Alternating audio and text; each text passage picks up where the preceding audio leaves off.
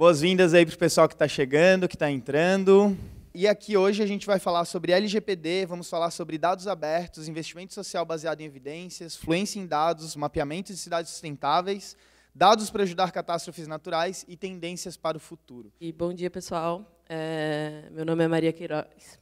Eu estou com essa galera aqui pesada do Brasil inteiro, que é sinônimo de dados e investimento social. Então, vamos aproveitar essa galera. Mas eu acho que, para aproveitar essa galera, a gente tem que partir da premissa que nem todo mundo está no mesmo barco, porque, às vezes, os caras estão lá na frente e a gente não consegue alcançar. Então, eu queria saber de vocês quem que se sente à vontade com esse termo de dados. O que é dados? Pode levantar a mão, por favor. Ok. Então, acho que é bom a gente fazer um nivelamento aí para todo mundo estar falando a mesma coisa. Dados nada mais é que pegar a informação para tomar decisão. Então, quando você pega o Waze lá, ele fala para ti que a direita vai demorar 20 minutos e a esquerda vai demorar 10, você vai pela esquerda. E você toma a decisão através dos dados que o Waze proporcionou para você. Atrás disso tem algoritmos, tem N coisas, mas, no fim das contas, dados é sobre pegar a informação, um dado bruto, transformar a informação e tomar a decisão em cima disso. E esse movimento para empresas, ele é bem consolidado. Há anos as empresas fazem isso para ganhar dinheiro, para dar mais lucro. E aí vem um outro movimento, que é o Data for Good, que fala, cara, não, vamos usar isso para impacto social também. A tecnologia ela está aí, ela é potente e a gente tem que usar. E essa galera está fazendo exatamente isso, usando dados para o bem, para impacto social. E então vamos começar. Está um pouco mais claro o que é dados? Basicamente é isso. E investimento social, de boa para todo mundo? Alguém levanta a mão quem sabe que está de boa com o conceito de investimento social. Está tranquilo, então. Então, vamos começar. Todo mundo na mesma linha. Vamos começar, então, com a galera se apresentando. Vou pedir para o Marcel se apresentar. Esse cara aí é uma lenda. Eu aprendi o que era empreendedorismo social com ele, ele nem sabe. Contei para ele um pouquinho antes. E aí eu me apaixonei pelo termo. E esse cara ele está reinventando o que é empreender com impacto social. E vamos aproveitar essa presença aí. Bom dia a todos e todas. Fiquei um pouco constrangido com essa breve introdução. E ela está me deixando mais velho também, porque... Entregou a idade aí. Pois é.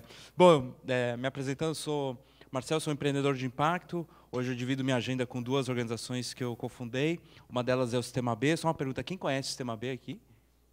Ótimo. E outra é Dynamo, que é uma empresa que trabalha com investimento de impacto. Então, a gente apoia empreendedores que resolvem problemas sociais, particularmente alinhados com os Objetivos de Desenvolvimento Sustentáveis número 3, 4, 10 e 11, chamado oral. Qual é o 3? Saúde e bem-estar, muito bem. 4, educação. 10, redução de desigualdade. E 11, cidades e comunidades sustentáveis. Então, a gente apoia empreendimentos a partir dessa tese e a gente apoiou nos últimos anos aproximadamente uns 46 empreendimentos de impacto e investimos em 7 deles. Então, isso é um pouco que a gente faz na Dynamo e a gente aprendeu que não basta apoiar apenas com gestão, com capital, com acesso ao mercado, a gente também precisa desenhar novas estruturas de investimento. E aí, ano passado, a gente, junto com outras duas empresas B, nosso primeiro grande papel é identificar, certificar e celebrar quem são os líderes dessa nova economia. Então, a gente precisa mudar a forma como as empresas medem e reportam o seu impacto. Então, aí entrando já no nosso tema de dados, a gente tem como espinha dorsal do nosso movimento, como grande parte de vocês conhecem o Sistema B, já devem ter conhecido a nossa ferramenta, que é a avaliação de impacto B. Então, é uma avaliação extremamente sofisticada, que todas as empresas B certificadas passam, e hoje não só empresas B, mas 80 mil empresas no mundo usam essa ferramenta para medir e reportar o seu impacto, e a gente vai consolidando esses dados em 5 dimensões: governança, modelo de negócio, impacto ambiental, impacto na comunidade, relação com os colaboradores, e com isso vai transformando esse dado em uma informação mais crível, comparável e verificável para todos os stakeholders. Então, isso sai um relatório de impacto, mais de 160 métricas, e que ajuda a sociedade, ajuda investidores, ajuda consumidores, fornecedores e colaboradores a entenderem qual é o impacto daquelas empresas nas suas práticas, né? Então, isso é um pouco do que a gente tem feito.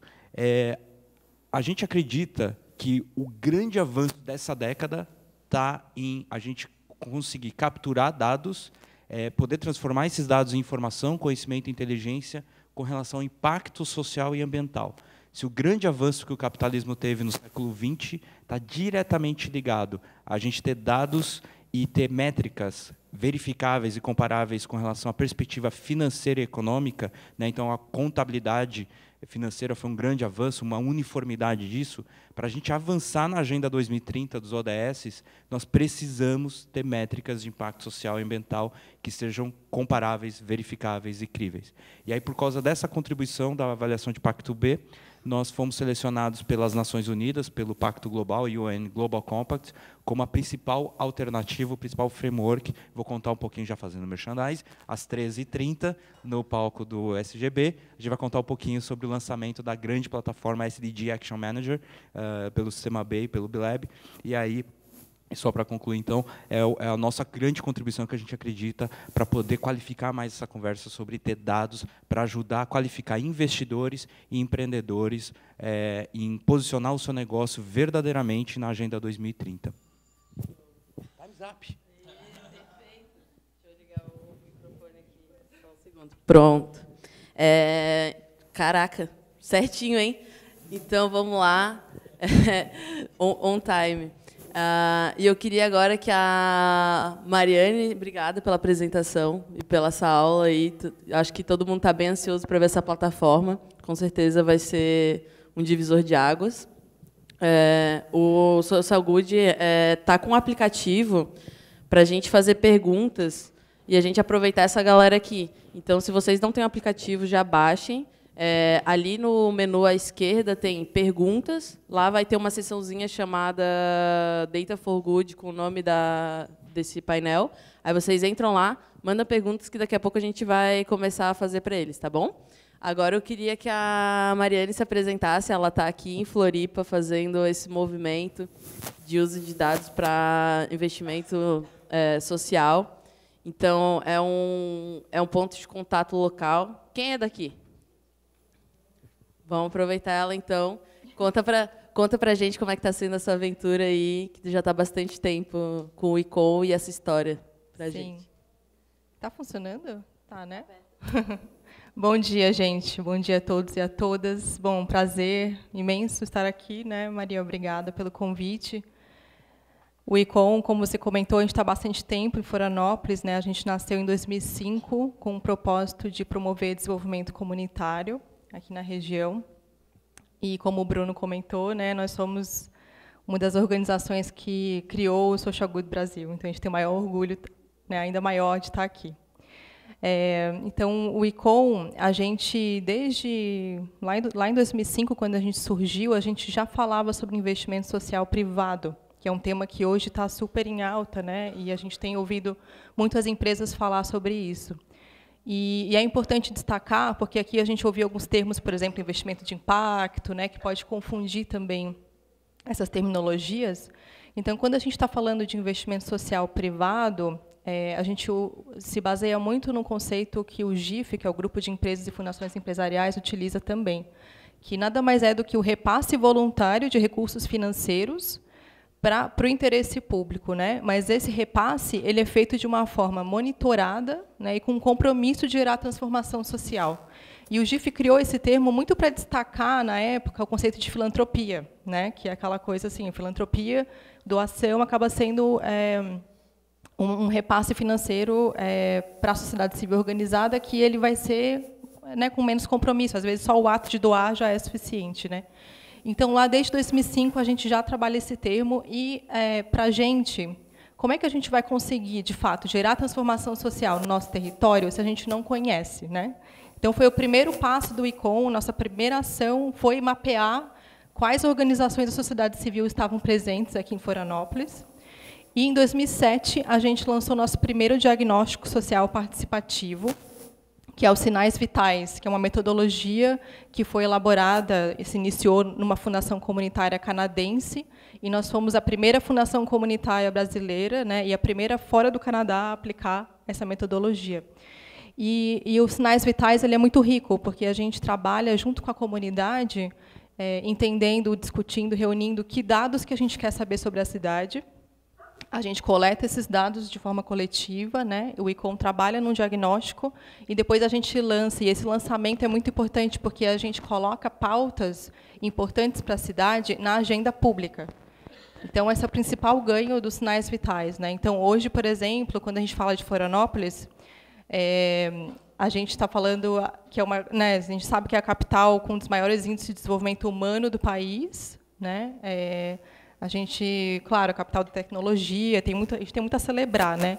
Mas a gente, com dados no ICOM, a gente consegue demonstrar que ainda existem muitas inequidades sociais. Por exemplo, existem 67 áreas de interesse social onde as pessoas vivem em vulnerabilidade. Hoje, 1 a cada 6 crianças e adolescentes vivem também em situação de extrema vulnerabilidade social. Sem contar os outros indicadores, né, de justiça social, questão de gênero, enfim, tem muitos dados que a gente acaba compartilhando. E esses dados eles também orientam o investimento social privado das empresas. Então, por exemplo, hoje a gente tem um fundo de impacto para a justiça social, onde tem vários parceiros que participam, inclusive o pessoal do Hub está aqui, que foi um dos co-realizadores, né, super parceiro.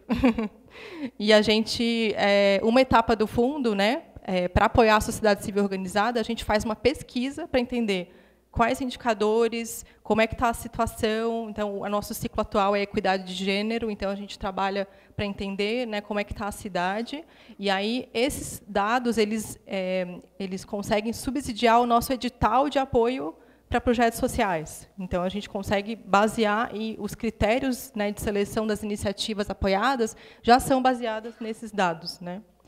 Então, a gente já lançou 8 diagnósticos sociais participativos, sem contar as pesquisas que a gente trabalha nos fundos de impacto social, né, que a gente tem.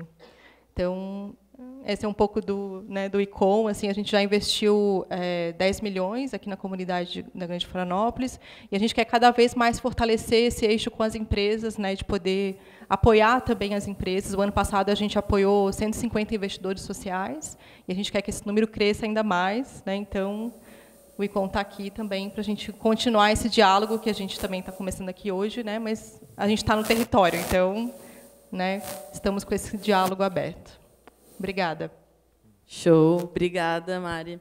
Eu acho que é muito massa você trazer esses pontos, porque Florianópolis é uma cidade que parece que não tem problema, né? Muito higienizada, muito apagada esses problemas. E como é muito uma coisa de periferia mesmo, isso sai do olho da maioria da população que está centralizada e não vê esses problemas. Eu acho que quando a gente usa dados para trazer um problema para o alto da mesa, onde as pessoas estão enxergando eles, e o papel do ICOM, isso é fundamental. Eu acho muito bacana, principalmente em Florianópolis, falando no território. Obrigada. Sim, existe muita invisibilidade, né?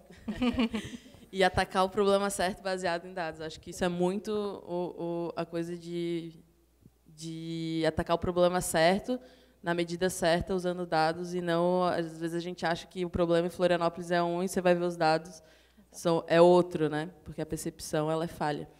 Mas vamos lá, a gente está com o Rafael da Simbiose, ele é um dos cofundadores da Simbiose Social, e eu queria que ele contasse um pouco mais para a gente aí dessa história da toda a Simbiose, né, que cofundou, e que eles têm o maior banco de dados de investimento, aí ele vai me corrigir, porque não é o maior banco de dados de investimento, é o maior banco de dados de investimento, hein? Incentivado. Incentivado. Acho que é importante fazer esse recorte, porque são coisas que se sobrepõem, mas não necessariamente são a mesma coisa, né? Então, bom, primeiro queria agradecer, dar um bom dia, né? E eu queria perguntar, antes de qualquer coisa, quem aqui já ouviu falar da simbiose social? Olha lá, estamos melhorando, estamos crescendo. Eu acho que é uma honra estar aqui com o Marcelo. A Simbiose ela é uma empresa B, é uma empresa acelerada pela Dínamo também. E acho que eu sou um dos mais novos aqui, né? Eu tenho 25 anos, eu fundei a Simbiose com 22. Ela tem 2 anos e meio. e já fez uma trajetória muito rápida, que eu acho que isso é um dos pontos acho que importantíssimos da gente trazer aqui, porque é o tipo de coisa que dados e tecnologia permitem. Há muito tempo atrás, para você unir, ter uma base de conhecimento, uma estrutura, conseguir gerar uma transformação, você precisava ter anos no mercado para fazer isso possível. E o dado e a tecnologia ele vem trazendo uma forma de conseguir acelerar esse processo e fazer com que as soluções elas possam sair de diferentes frentes para entrar e trabalhar dentro de um setor. E eu acho que é isso um pouco do que a Simbiose vem fazendo. Quantos de vocês aqui conhecem o setor de lei de incentivo no Brasil? Quando a gente fala de lei de incentivo, a maioria das pessoas elas pensam em lei Rouanet, leis de direcionamento de imposto de renda, leis de cultura. Hoje, são mais de 60 leis de incentivos no país inteiro, que trazem, desde o âmbito federal, com 9% do imposto de renda, âmbito estadual, 20% do ICMS, âmbito municipal, dependendo do município, até 50% do ISS e do IPTU somados, que poderiam ir para causas sociais. E quando a gente trata, no meio de um momento de uma crise política, de um questionamento da gestão do recurso público, a oportunidade de empresas e pessoas físicas direcionarem isso de forma direta para uma causa que transforma uma região, isso é um potencial muito grande. Então, já que a gente está falando de dados, acho legal começar uma fala com alguns dados desse setor, né? Hoje, 70% dos projetos, 71% dos projetos aprovados em leis de incentivo que podem resolver uma demanda local e receber imposto para isso não captam nem um centavo e morrem no papel. Enquanto mais de 50% do recurso na mão das empresas não é utilizado, principalmente por falta de informação. O que acontece? Essa discrepância ela acontece por conta de algo que a gente chama de assimetria de informação. Os projetos, as organizações sociais não falam a mesma língua das empresas. E as empresas não têm como acessar. Então, antes de fundar, por que a gente conhece um pouquinho desse setor? Antes de fundar a Simbiose, eu trabalhava na Ambev. O Mathieu, que está aqui, meu sócio, trabalhava na Unilever. A gente cuidou desse recurso, trabalhou com isso lá dentro, e a gente vivia uma realidade onde a gente só tinha acesso a projetos que batiam na porta, que tinham algum contato com diretoria, que contratavam algum captador de recursos, que é uma das problemáticas de ineficiência, e isso viesava muito o patrocínio. Lembra daqueles 50% do recurso usado do país inteiro, 80% deles estão dentro da cidade de São Paulo e do Rio de Janeiro. Isso já é um viés que por falta de conhecimento, por falta de informação, e a gente tentava levar para outros lugares, o pessoal falava, pô, vamos investir em empoderamento feminino no Maranhão. Quais são os projetos? Onde eles estão? Qual que é o risco desse investimento? São questionamentos válidos que muitas vezes impedem que o recurso chegue. E é aí que a Simbiose começou a trabalhar com dados para tentar solucionar e reduzir a distância entre o segundo e o terceiro setor, também com o primeiro, com o governo entrando no meio. Como que a gente fez isso? Nós desenvolvemos uma plataforma e entramos junto com a Escola de Direito da GV, com lei de transparência contra todos os ministérios, secretarias e Receita Federal, para ir atrás das fontes de dados públicos que poderiam permitir isso. O Tadeu, que também está aqui, nosso sócio, desenvolveu milhares de crawlers, que são robozinhos que entraram nos servidores públicos e rastrearam todas as informações de investimento de imposto e de todos os projetos no país nos últimos 25 anos. Foram 6 meses puxando dados, até que a gente conseguiu rastrear mais de 80 bilhões de reais de investimento de todas as empresas do país, e conseguimos rastrear mais de 200 mil organizações sociais que recebem imposto. E se hoje surge um projeto no Amapá que pode receber algum tipo de imposto, no máximo 5 horas depois isso está na nossa base. O que a gente fez com essa informação? A gente tem 3 frentes de atuação diferentes com todos esses dados. Afinal de contas, o dados por si só não gera impacto nem faz transformação nenhuma. É como você usa o dado para isso. Como que a gente fez isso? A gente desenvolveu uma plataforma onde as empresas acessam e conseguem ter visibilidade de todos os projetos que estão captando e não demanda que o projeto entre em contato com a gente, porque então geraria um viés também. E isso faz com que não só a empresa tenha um ganho estratégico na hora do investimento, ganho de eficiência, mas a gente passe a democratizar o acesso do recurso público no país para todos os projetos. Além disso, a gente está desenvolvendo uma plataforma para as organizações sociais acessarem os dados das empresas e saberem na porta de quem bater, e trabalhando em como metrificar o retorno desses investimentos por meio dessas informações que são rastreadas públicas. Esse sisteminha que a gente criou, e aí relativizando o tempo também, por conta da tecnologia, ele hoje ganhou, né, em menos de um ano de sistema, a gente ganhou o Prêmio Empreendedor Social de futuro da Folha, do Fórum Econômico Mundial. A gente já ultrapassou os 250 milhões de reais em gestão via plataforma de mais de 30 multinacionais diferentes que usam esses dados. E a gente vem com uma crescente muito grande nisso, né? Começamos agora uma integração com a SAP, começamos um trabalho de metrificação do pós-investimento, e, enfim.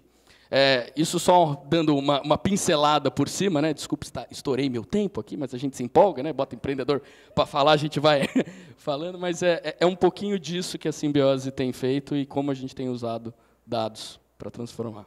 Meu Deus, galera, eu não sei vocês, mas eu estou impactada, porque eu tinha stalkeado, eu não tinha noção dessa dimensão ainda. Eu acho que esse tipo de coisa, a informação é muito doida, né? Porque a gente tem acesso agora à internet, a gente tem acesso a muita informação. Só que é tanta informação que às vezes a gente não consegue qualificar ela. E é impressionante como, por exemplo, eu não conhecia a Mari e a gente está em Florianópolis falando do mesmo assunto, falando de dados de investimento social. Então, acho que fica a gente se conectar com essa galera para que a gente possa se apossar, sim, desses termos, dessas leis, da própria tecnologia de dados, porque o dado sozinho ele não faz nada, como o Rafael falou. A gente precisa de pessoas que entendam de dados e do negócio que é o investimento social, para que a gente possa se apossar desse recurso, que é nosso, e que a gente utilize ele. O cara conseguiu fazer em 2 anos isso daí. 2 anos, cara. 2 anos e bem, sim. Meu Deus. Daqui a 2 anos... Relativiza mesmo, né? É um negócio que dá... A gente brinca e fala assim, cara, a gente tem 1 ano, tinha lá 6 meses de empresa, mas a gente tinha 25 anos de inteligência. Então, e às vezes uma inteligência muito mais profunda do que quem estava, de fato, há 25 anos atuando no mercado, porque só teve acesso a casos específicos, né? Então, esse cruzamento ele relativiza muita coisa, né? Esse é o poder, esse é o novo poder de dados e de impacto social. Acho que essa é uma chamada para todo mundo que está nessa sala.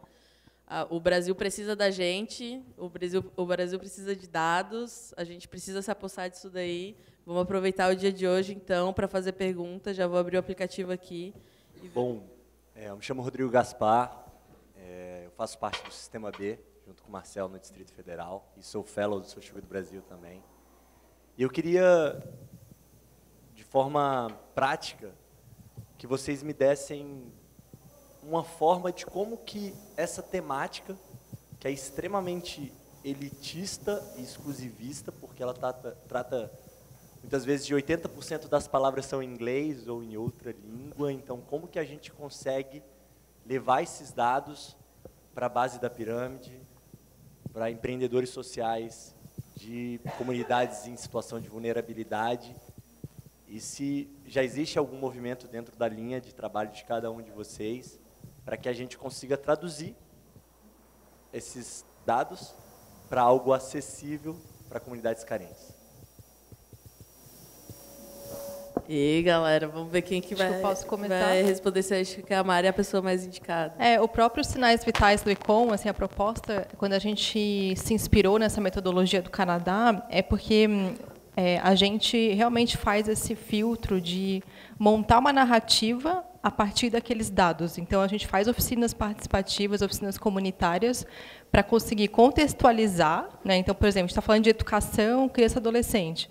A gente chama várias pessoas da comunidade e também especialistas em educação para a gente contextualizar aquele dado, e aí depois a gente monta uma narrativa, e aí a gente lança o diagnóstico, que acaba sendo de produto um relatório, né, final, e esse relatório depois ele consegue subsidiar ao longo do ano e de vários anos várias formas de divulgação. Então, por exemplo, o NSC, em 2016, eles fizeram um mini documentário sobre educação, montaram personas e foram em diferentes escolas, né? Uma escola com IDEB alto, que tinha sido reportado no diagnóstico, e uma escola municipal com IDEB, com menor IDEB, né? E aí eles fizeram um documentário com pessoas, né, reais, entrevistando e demonstrando e sensibilizando as pessoas. Então, nossa proposta é cada vez mais conseguir sensibilizar, né? Um outro exemplo, a gente fez um diagnóstico em 2016 também, foi o ano dos diagnósticos, a gente fez um diagnóstico sobre população em situação de rua, onde as pessoas em situação de rua, 12 pessoas, foram bolsistas voluntários e eles participaram de todo o processo. Então, tanto de montar o questionário, né, que a gente fez uma pesquisa primária, de entender quais perguntas que eles queriam saber das ruas, e eles mesmos entrevistaram outras pessoas em situação de rua, né? Então, a partir dos resultados desse diagnóstico sobre pessoas em situação de rua, que foi feito em 4 municípios aqui da Grande Florianópolis, a gente também fez um mini documentário de 6 minutos, onde eles foram protagonistas. Então, a gente começou com uma poesia, né, do poeta, e realmente ficou muito emocionante mesmo ouvir, né, entender a fala das pessoas que estão vivendo naquela situação, mas, ao mesmo tempo, trazendo os dados, né, para conseguir também orientar e subsidiar políticas públicas, e, enfim, e subsidiar o investimento social privado. Então, a gente tem feito isso, e a gente tem cada vez mais pensado em como que a gente pode ainda melhorar, né, deixar essa narrativa ainda mais próxima, para conseguir estourar essa bolha, né, que realmente acaba sendo desafiador, mas a gente tem trabalhado cada vez mais para isso. Mas ótima pergunta. Show. Eu vou puxar um gancho já para um assunto que daí fica para todo mundo participar, porque eu acho que você pegou um ponto que é muito crítico, que é a democratização do acesso a dados através de uma cultura analítica. É muito difícil no Brasil, e é uma coisa que eu pego muito no pé da galera de tecnologia, é que você tem que falar a língua do usuário. Não adianta você chegar para o usuário e começar a falar SQL e o cara vai falar, tipo, o que você está falando? Você sempre tem que falar a língua do usuário, seja num projeto numa grande empresa, ou seja impacto social. Acho que essa é a premissa para as pessoas que trabalham com dados. Ou qualquer outra tecnologia, você tem que falar a língua do usuário. E aí, falando de dados e falando de impacto social, como o Rafael falou, tem esse distanciamento das empresas e de tecnologia com o impacto social. E eu vejo que, às vezes, é uma coisa distante, assim, pelo menos com os empreendedores sociais que eu me relaciono. Geralmente, esse daqui é um caso à parte, mas, geralmente, os empreendedores sociais têm um distanciamento da tecnologia e até mesmo uma falta de confiança de que podem, sim, se tomar dessa tecnologia para fazer o impacto que eles causam. E aí, pegando esse gancho, eu quero lançar para a galera aqui. Como que vocês trabalham essa democratização e essa cultura analítica na realidade de vocês? E aí pode o Rafael, que ele está se coçando para contar a história dele ali. Não, mas eu vi que... Fiquei constrangido agora. Não, que isso, querido. Mas é porque eu acho que você tem muito para fortalecer nisso daí, né? Cara, eu achei genial, porque eu acho que tem muito a ver uma coisa com a outra. E vou compartilhar, acho que quando a gente é empreendedor é difícil a gente poder compartilhar uma das dores nossas. A gente sofre, passa a madrugada fazendo as coisas, tentando, e às vezes tem muitos erros nesse processo. E eu acho que num primeiro momento, quando a gente pega essa massa crítica de informação, a gente começou a cruzar com uma realidade de organizações sociais muito grande.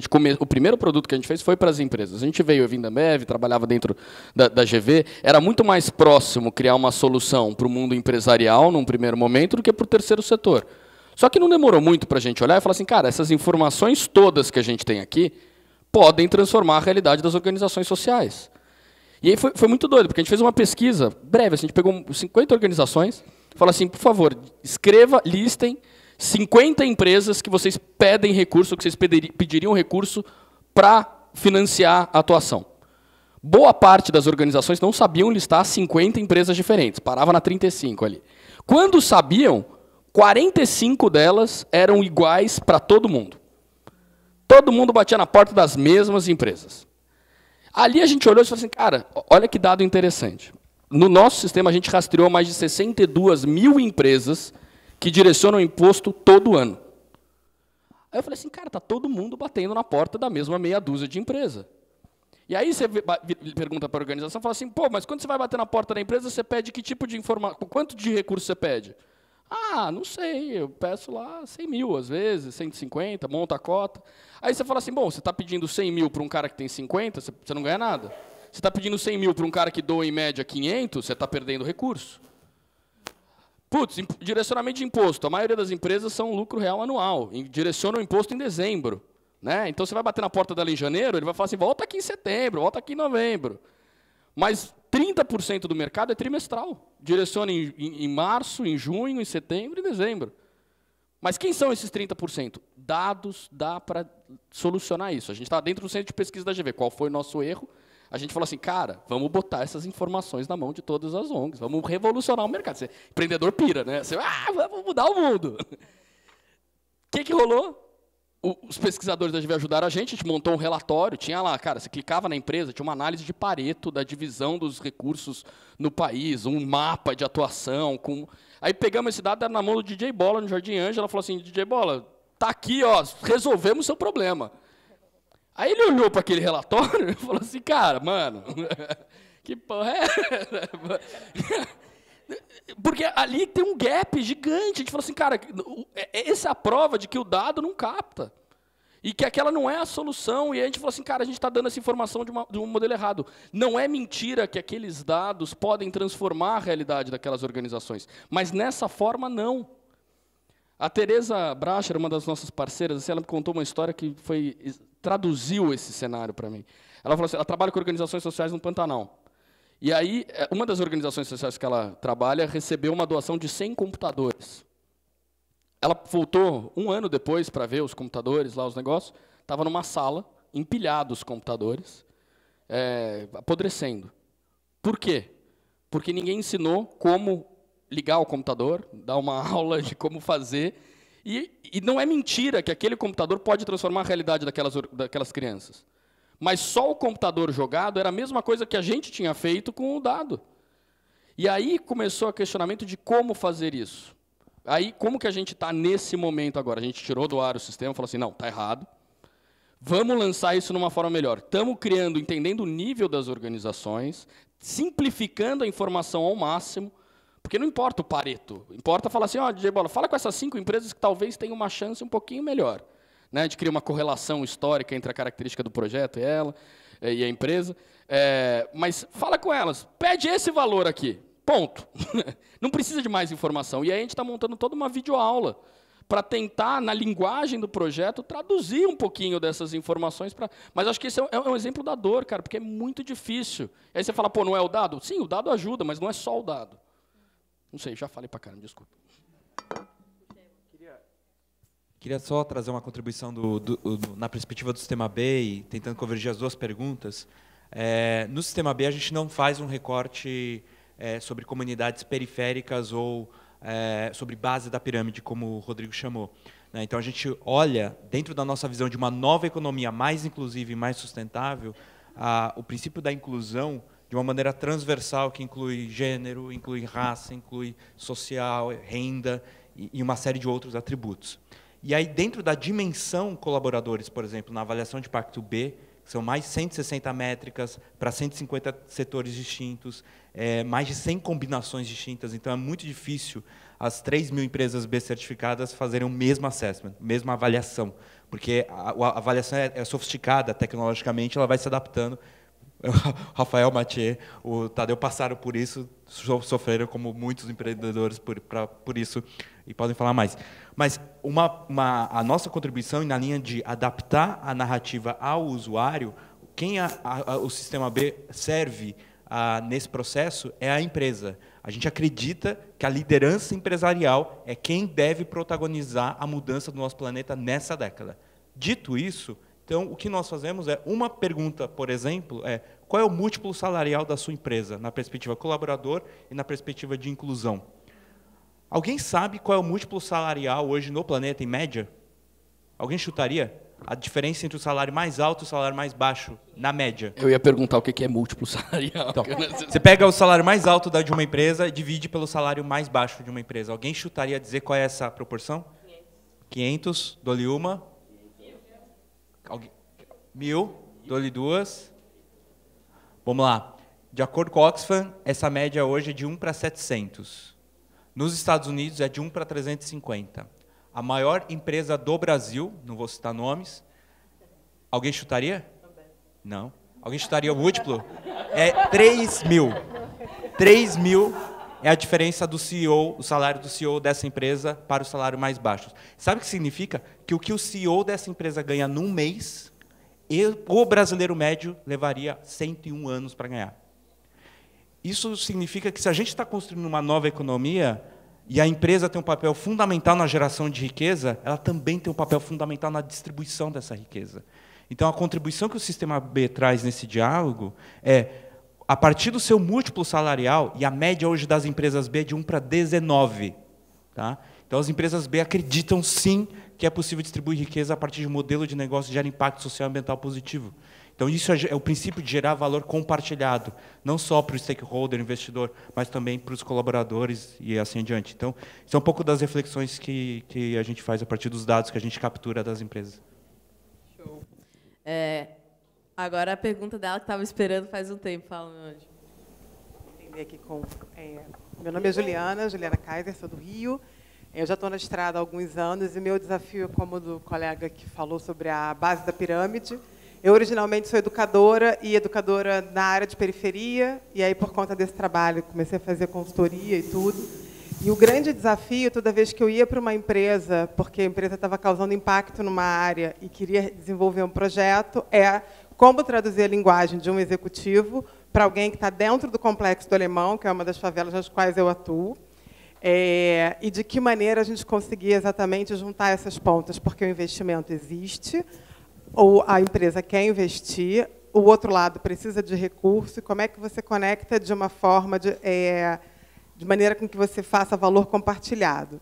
Então, esse é um desafio, porque eu ainda acho, muito ouvindo vocês também, isso é uma opinião pessoal, a pergunta é para o Rafael, que a linguagem ainda é muito complexa, a gente que está na universidade talvez não se dê conta disso, mas conseguir falar de uma forma que seja acessível me parece um grande desafio, e, ao mesmo tempo, sem um intermediário, fazer com que as empresas confiem na entrega, e, muitas das vezes, também percebo que as empresas têm uma ansiedade do tempo corporativo do relatório, o relatório tem que vir perfeito, com os indicadores, para alguém que está no 4º ano do ensino fundamental, sabe, mas que faz um trabalho de super impacto. Então, assim, isso tudo para... Marcel, como é que vocês monetizam a simbiose cultural? Qual é o formato de negócio? Não, Rafael, desculpa, Rafael. Tá tudo bem. Desculpa. Rafael, não, tranquilo. Bom, vou contar um pouquinho desse ponto. Eu acho que, antes de qualquer coisa, a gente sempre tem um esforço de mostrar, e tendo contato com a gestão do recurso nas empresas, vai ficando cada vez mais claro que, às vezes, se coloca num senso comum que o projeto, as organizações sociais não estão maduras, não têm conhecimento, as empresas, por gerirem um recurso, têm esse conhecimento, sabem usar dados para tomar de decisão, têm um modelo já evoluído, e não é verdade isso, né? A gente tem, hoje, uma carência de informação gigantesca na mão das empresas, uma falta de conhecimento, não se sabe usar dado para tomar de decisão nas maiores multinacionais do país, e também tem uma falta, e sim, uma carência de informação para o lado das organizações sociais. Então, na nossa visão, esse trabalho ele tem que ser feito em conjunto, tanto de trazer o segundo setor para perto, no sentido do 2,5 ali, né? E tanto que vamos trazer o terceiro para o sentido também. Eu acho que é um processo de aproximação dos dois lados. Quando a gente fala desse contato direto do diálogo das organizações sociais com as empresas, o que eu acho que tem o maior ruído é no entendimento na cadeia de incentivo daquele investidor. Vou explicar um pouquinho melhor o que eu quero dizer com isso.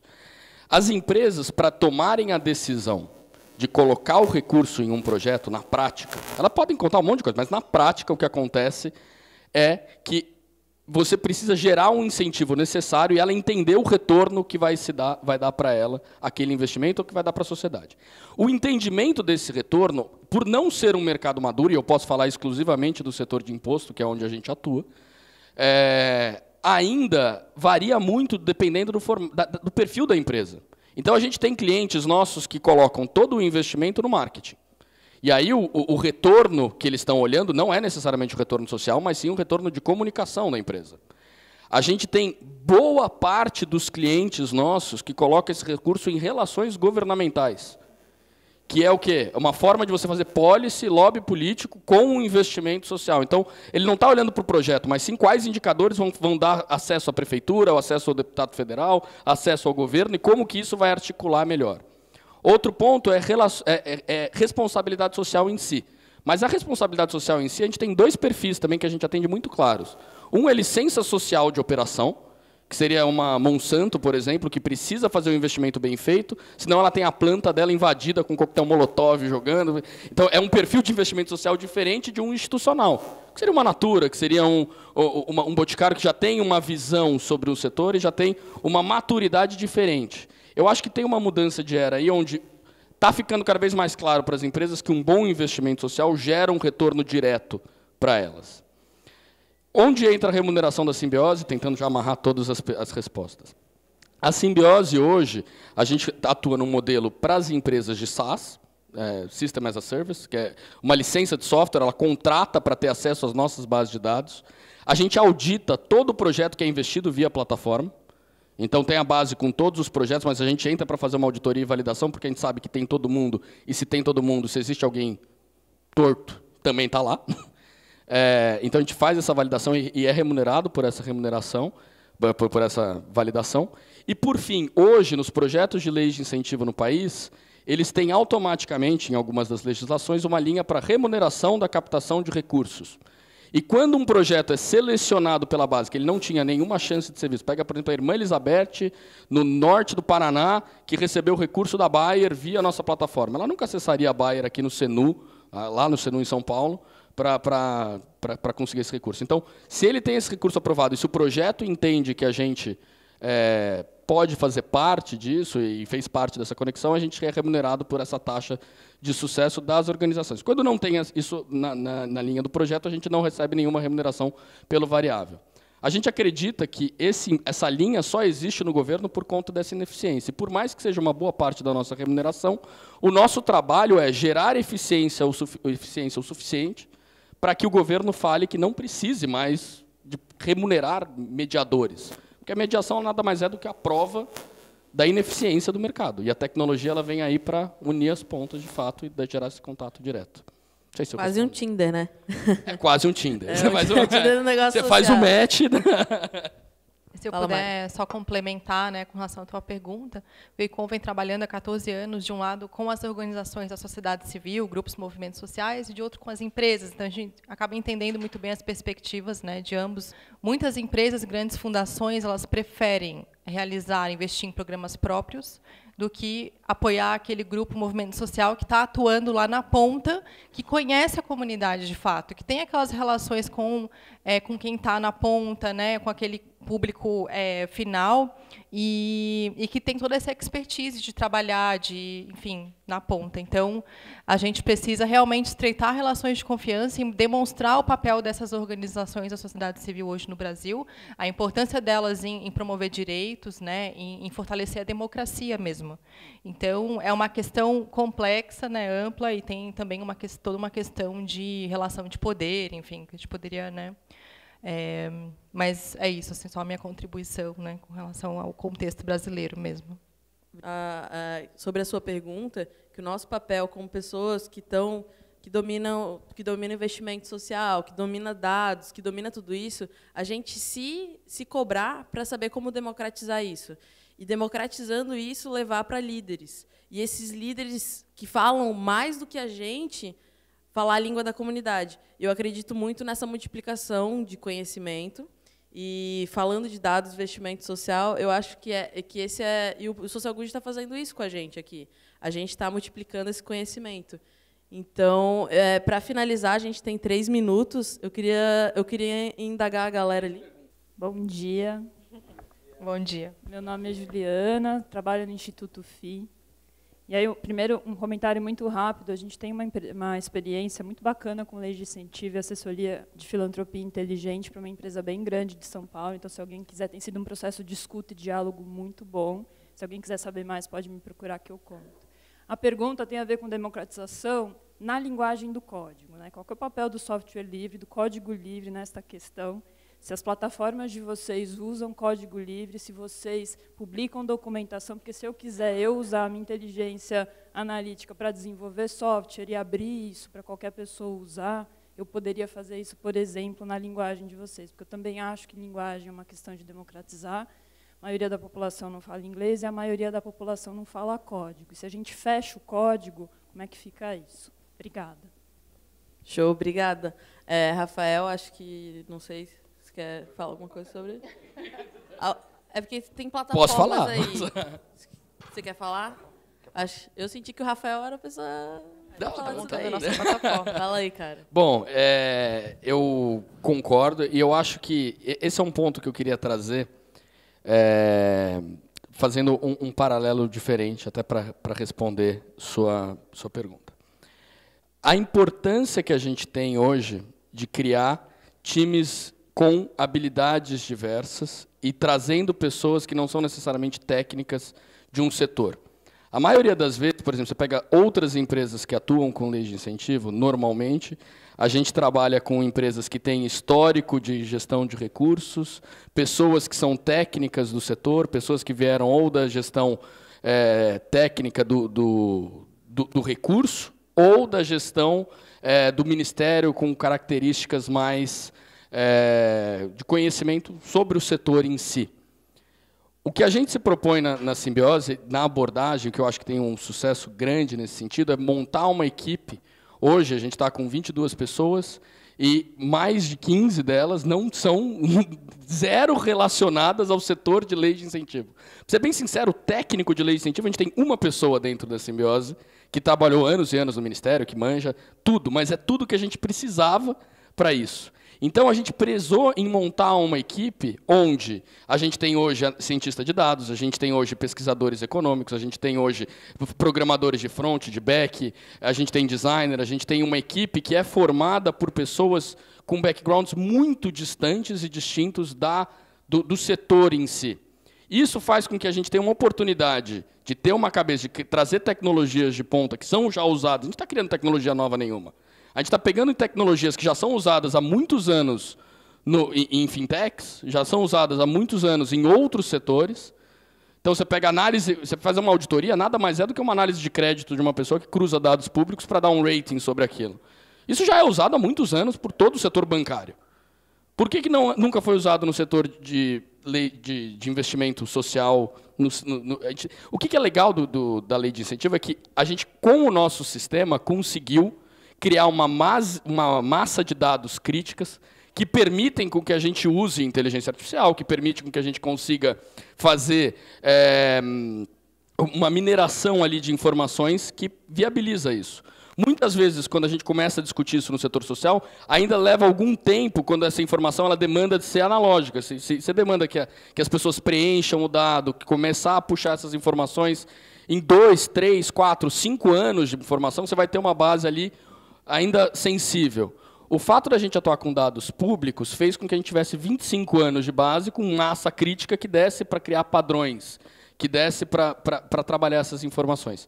Falando na abertura do código nosso e de como isso trabalha, esse é um ponto legal. Eu faço parte do braço comercial da ideação. Eu não faço a menor ideia como desenvolve o negócio. E é muito bom porque o Tadeu está aqui e vai poder responder essa pergunta muito melhor do que eu, porque não é o meu core. Eu não faço ideia como programa. Eu não tenho nem não tenho nem Instagram que dirá fazer como programar o sistema. Mas hoje o nosso sistema ele é no modelo de software para trazer uma viabilidade econômica para a gente também. Então a gente tem a nossa plataforma que é licenciada e traz aí. Mas eu acho importante trazer essa complementariedade da equipe no negócio para trazer justamente como que a gente junta conhecimentos e sai das nossas bolhas técnicas, né, para solucionar. Cara, mas falando de software aberto, para uso de dados de impacto social, tem gente já nessa movimentação. Eu estava dando uma olhada, falar um pouco do Technicase, um GitHub lá, por exemplo, da Operação Serenata de Amor, se quiser ver, tipo, todo o algoritmo está aberto lá. Então, se você quiser, tem gente fazendo isso. Ainda assim, é um movimento que está crescendo e se desenvolvendo no Brasil, mas já tem algumas iniciativas. A galera que acho que é uma conversa para depois, com o cara de tecnologia, acredito que deve ser o CTO, chamar ele no canto e perguntar. Mas eu acredito muito que a gente sozinho não constrói nada, a gente tem que estar liberando esse código aí para que mais pessoas possam colaborar. E a Operação Serenata de Amor, tenho para mim que acho que é uma das maiores casos de uso de dados para o bem, e eles abriram um código, se você quiser lá depurar, contribuir e fazer alguma parte lá da Rose, do bot, ou das iterações que tem lá, você consegue. Então, acho que é um movimento. movimento que está crescendo aí. Posso só agregar uma outra perspectiva na importância da abertura da informação?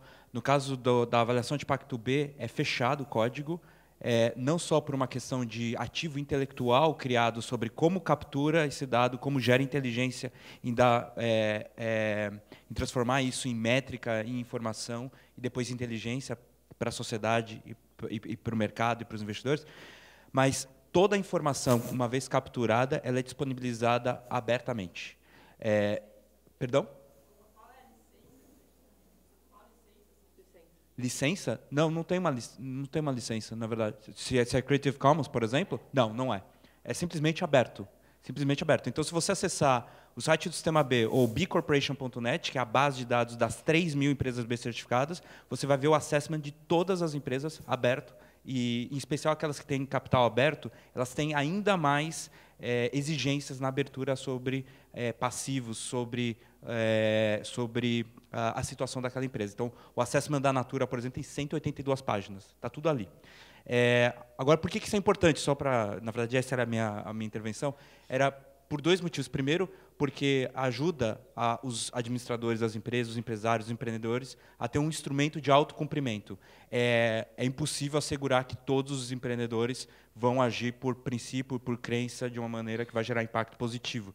E por vários motivos, porque isso é muito complexo. Mas você dá um instrumento que ajuda aquele empreendedor a autocumprir aquele compromisso. E o outro é controle social. É você ter todos os stakeholders acessando a informação a qualquer momento, a qualquer tempo, de qualquer lugar. Né? Então, você, com isso, no fim do dia, você tende a diminuir a chance de dar errado e aumentar a chance de dar certo. Né? Não assegura, não tem nenhuma, não existe risco zero, mas é só mais uma crença porque a gente abre a informação. Cara, não tem outro caminho, acho que senão a transparência, né?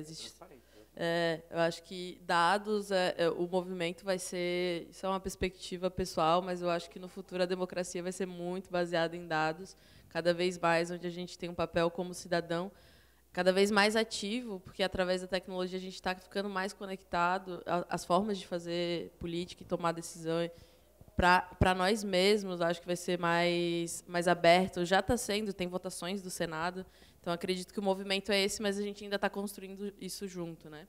Alguém quer fazer mais uma pergunta? Não dá mais tempo? Só mais uma perguntinha? Só mais uma perguntinha ali? Ah, tem a fila. 2 perguntinhas. Isso. Claro, sim. E a gente tá o dia todo. Dá para encontrar a gente aqui também no corredor. Né? E depois tem cerveja no fim do dia. A minha pergunta é um pouco mais aberta, né, um pouco mais sistêmica. É lógico, né, a importância, o aprendizado que vocês estão tendo de direcionar esses dados da melhor forma para a tomada de decisão. A gente está na estrada, a gente não é ONG, a gente tem feito algumas coisas há algum tempo. E o que a gente vem se debatendo é a diferença entre output e outcome. Né? Então, o que é impacto e o que é impacto? Né? Então, o que é impacto para um lado e para o outro? E o que a gente tem visto é que mais de milhares aí de ONGs e não ONGs no impacto direto, né? entregando esse impacto direto no campo, e muita gente intermediando, né? Os aceleradores, incubadores, investidores, a gente sente ainda, todo o nosso aprendizado, é que a tomada de decisão ainda é bastante enviesada, bastante direcionada, bastante concentrada. Parece que um está falando uma língua, o outro está falando outra língua. Qual é o aprendizado de vocês? Vocês já estão há anos aí, né, olhando dados, conversando com as pessoas, com os tomadores de decisões. O que está faltando para essa coisa ser... todo mundo olhar para uma direção, essas iniciativas que aparentemente fazem a mesma coisa, que estão isoladas e precisando de dinheiro, não se comunicam com quem toma a decisão, com quem direciona. Grandes ONGs maravilhosas, fazem um trabalho maravilhoso. A gente teve no Gerando Falcões, a quantidade de dinheiro que a Gerando Falcões gera, que tem aporte, capta, é gigante. O que está faltando? Onde que a gente não está enxergando alguma coisa aqui? Acho que mais é o aprendizado de vocês. Show, obrigada. Quem quer tomar essa daí? Eu posso conversar, daí alguém pega o meu embalo. Cara, eu acho que tudo é educação. Eu acho que a gente tem que se educar de todos os lados. Eu acho que as empresas têm que se educar sobre passar um dia na favela, passar um dia numa ONG, entender aquela realidade, sabe? Porque do alto de um prédio você não sabe o que é aquilo ali. Eu acho que tem esse aprendizado, essa educação de vida, assim, das empresas, que eu acho que elas estão fazendo cada vez mais, isso de botar as botas, sabe? De realmente, assim, empatia é uma coisa que você só sente quando você vai lá e bota a bota, assim, se você viver. Por exemplo, tem um cara de design que ele fala que ele bota os executivos lá, ele trabalha numa seguradora, ele fala que bota os executivos para esperar um carro de seguro no meio da BR no sol quente. Ele sabe quando dói, quando ele está na pele. Agora, alguém falar para ele que esperar 40 minutos no sol quente, ele dizia que era pouco, porque estava abaixo da média. Então, acho que tem esse trabalho das empresas começar, e os executivos, as pessoas que tomam decisão, começarem a descer do prédio, subir o morro e viver isso, se eles realmente querem fazer impacto social. Eu acho que o nosso papel também, as pessoas que estão pensando em impacto social, é entender essas linguagens que são faladas e ser vírus dentro dessas empresas, ser vírus no sentido de se infiltrar, entender as linguagens e levar isso também, fazer essa troca, pegar e trazer conhecimento. Mas eu acho que tudo é sobre educação, cara. E multiplicar essa educação até que a gente esteja todo mundo falando a mesma língua, porque a gente bateu a manhã toda nisso daí. Essa 1 hora que a gente falou, não teve uma pergunta quase que não rondou essa democratização, essa separação de mundos. Então, eu acho que a democratização da informação, de dados, de investimento, e a outra parte das empresas descerem e realmente entender essa realidade, que é desconexa, eu acredito que é muito esse o caminho, assim. E aí, se alguém quiser complementar. Sim. Posso? Eu super entendo a tua pergunta, né? A gente tem testemunhado aí uma cultura de fake news e, enfim, tá bem complicado. Mas eu vou fazer um discurso mais otimista, porque a gente também está encerrando, para que a gente também fique bem, que é o seguinte, assim, a gente aqui em Florianópolis, por exemplo, em 2016, quando a gente lançou o diagnóstico sinais vitais voltado para criança e adolescente, a gente ele foi feito em parceria com o Conselho Municipal da Criança e Adolescente e a gente já conseguiu subsidiar o plano decenal, ou seja, os próximos 10 anos de políticas públicas voltadas para esse público já está sendo orientado por dados, né? Um grupo na Câmara Municipal também foi criado para discutir esses indicadores. Então, tem pessoas fazendo um trabalho excelente com base nos dados, e também muitas empresas. Então, todas as empresas que fazem parte do Fundo de Impacto para a Justiça Social também estão com a gente, trabalhando para fazer investimento social privado qualificado, né? Então, realmente, doando recursos financeiros para causas que são latentes mesmo de Florianópolis. Então, isso é super legal. Então, acho que tendo esse olhar também otimista de pessoas, empresas e instituições que já estão utilizando fatos para tomada de decisão estratégica. Eu quero falar também mais depois. A gente gosta. Qual é o seu nome, amigo? Luciano, obrigado pela pergunta. Tem 2 maneiras de respondê-la. A verdade ou o politicamente correto? Você prefere que eu comece por qual? Incorreto? Que é a verdade, então. Não falta nada, falta vergonha na cara, na verdade. Quando você tem um presidente da República como o Brasil, top 10 economia do planeta, a 3ª maior democracia do planeta, que abre a Assembleia Geral da ONU com dados mentirosos daquela maneira, é uma vergonha. É uma vergonha. Eu falei que ele era uma lenda, né? A verdade é que falta vergonha na cara, mas para esse indivíduo especial não tem nem vergonha. Então, essa é a verdade. Agora vamos para o politicamente correto. Então, esse tipo de debate ele é super importante porque, de fato, ajuda a qualificar a decisão, o debate, etc. Mas ele ajuda a criar infraestrutura para mudar a cultura, né? Então, qual é o desafio que a gente está enfrentando agora? Que antes a gente falava, putz, não tem informação, não tem dado. Com a tecnologia que a gente tem aqui, isso já não é mais verdade. Mas, segundo o Datafolha, 7% dos brasileiros acreditam que o mundo é plano. Esse é o desafio que a gente está vivendo agora, porque já é a era pós-dado. É a era da pós-verdade. Você entende agora qual é o desafio? Então, existe uma questão central por trás agora, que vai nos desafiar a sociedade para esse próximo ciclo de desenvolvimento que a gente quer ter, e que coloca em risco as próximas gerações e milhares de espécies, que é, que mundo é esse que a gente quer criar? Porque o problema já não é mais falta de dado e de informação. temos tecnologia e temos acesso a isso. Então, talvez é um resgate que a gente precisa fazer sobre princípios, crenças e valores dessa sociedade para a gente poder pensar que mundo é esse outro mundo possível, né? Mais inclusivo, mais sustentável. Posso só fazer um último ponto? A gente vive muito dessa realidade com as empresas que a gente apoia a gestão, a gente acaba participando e ouvindo ainda. Eu acho que tem um ponto super importante que a gente tem que desmistificar, que a empresa ela não tem que investir socialmente porque o gestor é bonzinho, ela não tem que investir socialmente porque ele está fazendo uma caridade, porque vai sair bem na foto, porque enquanto a gente depender da boa vontade do gestor e associar o investimento social à caridade em si, isso não é forte o suficiente para se manter. Na primeira crise que tiver, mudou o gestor, mudou a cabeça, corta-se o investimento. Você usa um bom exemplo, Edu Lyra, super parceiro, Poá, Gerando Falcões. O Gerando Falcões capta recurso hoje muito por conta do Edu Lyra. Porque ele é uma pessoa fora da curva e tem uma rede de acesso e um poder de fala extremamente forte. E a gente vê esse padrão na maioria das organizações sociais. Organizações que têm um bom time comercial, uma pessoa que tem um poder de fala grande, consegue o recurso. E não necessariamente são as organizações que têm o maior impacto. Não que o Edu Lyra não tenha impacto de forma alguma, é isso que eu estou querendo dizer. Mas enquanto está associado a isso e não à métrica, é fraco, é frágil. Então, o que a gente precisa trazer, sim, é ter uma conectividade maior entre as informações que são de retorno tangíveis e menos do intangível, entendeu? Então, as empresas que investem em Poá, elas deveriam estar investindo em Poá porque o Gerando Falcões com projetos de esporte, saúde, cultura, eles ali reduzem a taxa de criminalidade da região. Reduzem o impacto negativo, que naturalmente vão dar retorno maiores para as empresas que estão ali na volta. Porque elas vão ter que gastar menos com segurança, porque elas vão ter um público maior, você vai gerar renda, você tem um novo mercado de consumidores.